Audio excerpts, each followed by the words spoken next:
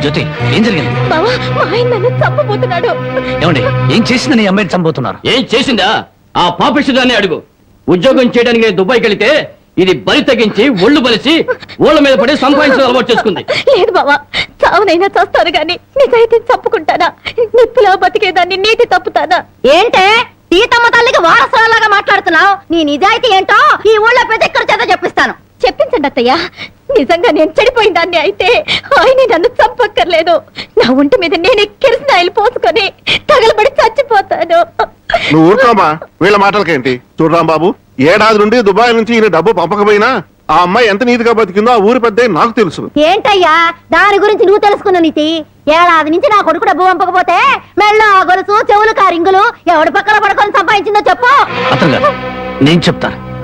Dubai లో ఉన్న నీ కొడుకు సంపాదన పెరిగేసరికి బాగా డబ్బున్న అమ్మాయితో రెండో పెళ్లి చేయాలన్న దుర్బుద్ధితో నీ కొడుక్కి లేనిపోని ఉత్తరాలు రాసి జ్యోతి మీద అనుమానాలు తెప్పించావు. ఆ అనుమానంతో నువ్వు డబ్బు పంపకపోయేసరికి 10 మందిలో నీ పరువు పోతుందని రాత్రిపూట మా ఊరిచి కూలి పని చేసి కడుపుకు తిండి కూడా సరిగ్గా తినకుండా డబ్బు దాచిపెట్టి గిల్టి నగలు వేసుకుంది. ఏంటి బాబు, రాత్రిపూట కూలి పని చేసుకుని వెళ్ళేదా? ఈ ఒక్కడితోనే చేసేదా, ఇంకెవరితో అయినా చేసేదా? మళ్ళీ ఆ కోత కూసావంటే పళ్ళు కలగొడతాను. జ్యోతి నా తోబుట్టు కన్నా ఎక్కువగా ప్రేమించే ఆత్మీయురాలు. చూడు, ఆడది తప్పు చేయాలని నిర్ణయించుకుంటే ఆమెను 7 సముద్రాల అవతల కట్టి పడవేసిన కట్లు తెంచుకుని వచ్చి తప్పు చేస్తుంది.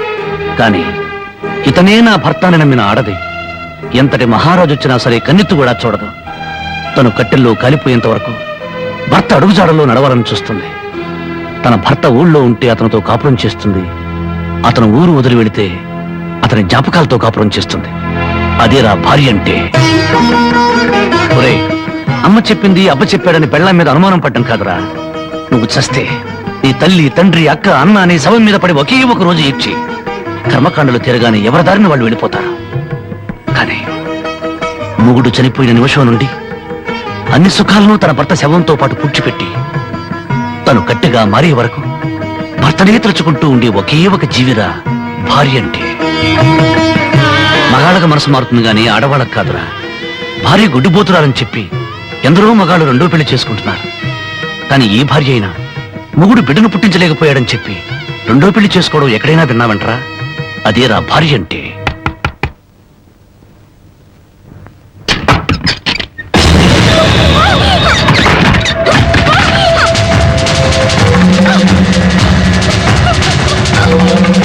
అంతెందుకు, నా సంగతి తీసుకో. భార్య తాళి కూడా ఆమె జోదం వాడిని వండరా నేను. అలాంటి నాకు తన రక్తం ఆమె అన్నం పెట్టిందిరా నా భార్య. చివరకు ప్రాణాలు తీసుకునేనా సరే నన్ను కాపాడాలనుకుంది. ఆ దేవత సాక్షిగా చెప్తున్నాను, నా మట్టమ్మ జ్యోతి అమాయకురాలు.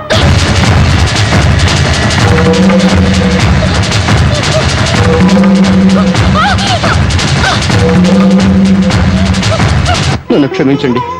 లేనిపోని అనుమానాలతో జ్యోతిని అవమానించాను. మీరు అడ్డు రాకపోతే మూర్ఖంగా నా భార్యను పోగొట్టుకునేవాడిని. మీ మేలు ఈ జన్మలో మర్చిపోలేను.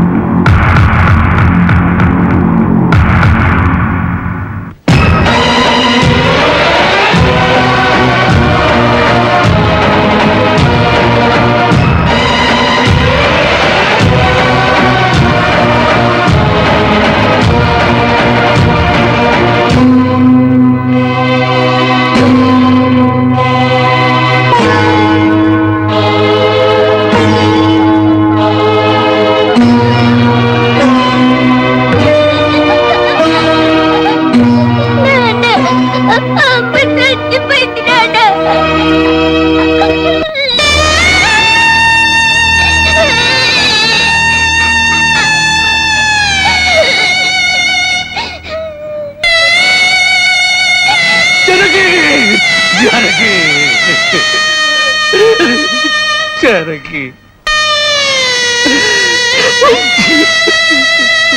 నా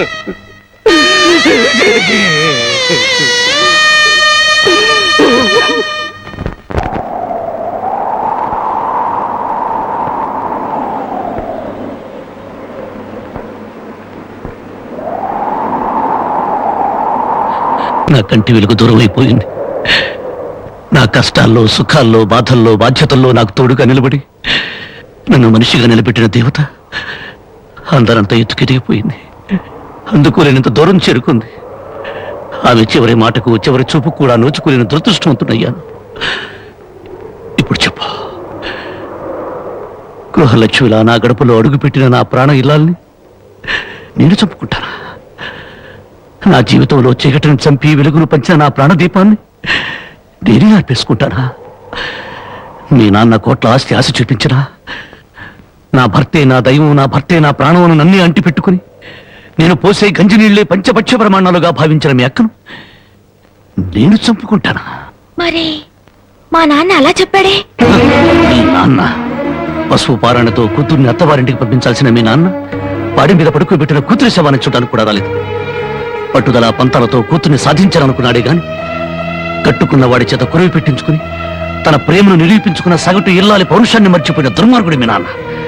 అటువంటి వాడి మొహం ఒక్కసారి చూస్తే పంచమహాపాతకాలు చుట్టుకుంటాయి. వద్దు బాబు, అంత మాట అనొద్దు.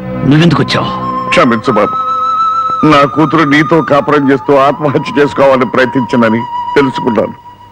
అందుకే దాని చావుకు కారణం నువ్వేనని అనుమానించాను, ద్వేషించాను. కానీ నువ్వు చెప్పే వరకు నిజం నాకు తెలియదు బాబు. తెలియకుండా నేను అనుమానించినందుకు నన్ను క్షమించు బాబు. మరి నా బిడ్డ చావుకు కారణం ఇంకెవరా? పావుకు పాలు పోసి పెంచినట్టు పెంచావే నీ మేనలుడు. వాడే మా బ్రతుకుల్లో విషం కెక్కడన్న అనుమానం. నా మేనలుడా? అవును, వాడిని జైలుకు పంపావన్న నా మీద, వాడికి దక్కలేదని నీ కూతురు జనకి మీద కచ్చికట్టి ఉంటాడు. అందుకే వెతుకుతున్నాను. నా అనుమానమే నిజమై వాడే నా తల్లిని చంపింది నాన్నని నా కూతురు వెలితో చూపించిన క్షణాన వాడు బ్రతకడు. వాడిని ముక్కలు ముక్కలుగా చేసి నా జనకి సమాధి మీద చల్లుతాను. బాబు, ఇంకా ఎందుకు ఈ పగలు ప్రతీకారాలు? ఇప్పటికే పసిపిల్ల తల్లి వేడిదయింది. నువ్వు కూడా జైలుకెళ్ళి దీనికి దూరం అయిపోతావా? క్షమించండి, ఈ ఆవేశమే నన్ను ఇప్పటిదాకా బ్రతికించింది. ఈ ప్రతీకారమే నన్ను నడిపిస్తోంది. నా జానకిని బలిగున్న ఆ దుర్మార్గుడు చావు కల్లారా చూసేదాకా ఈ నడక ఆగదు. ఏమిట్లా నువ్వు చెప్పేది? మామాలుడు ఇద్దరు ఒకటైపోయారన్నమాట. ఇప్పటికే ఆలస్యం అయిపోయింది. రేపు మన ఊళ్ళో జరగబోయే జాతరలో ఆ రాంబాబు గారు నా కోసం తప్పకుండా వెతుకుతాడు.